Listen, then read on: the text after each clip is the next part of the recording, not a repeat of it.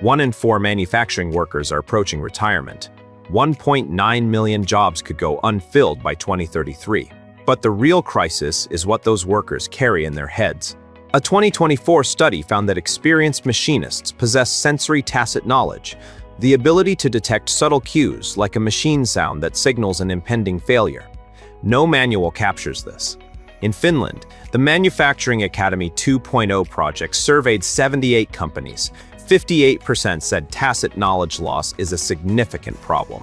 Only 18 had methods to transfer it.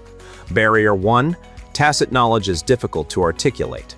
Barrier 2, no structured transfer process. Barrier 3, no protected time for mentoring. Firms that build structured transfer methods will dominate. The rest will keep making the same mistakes.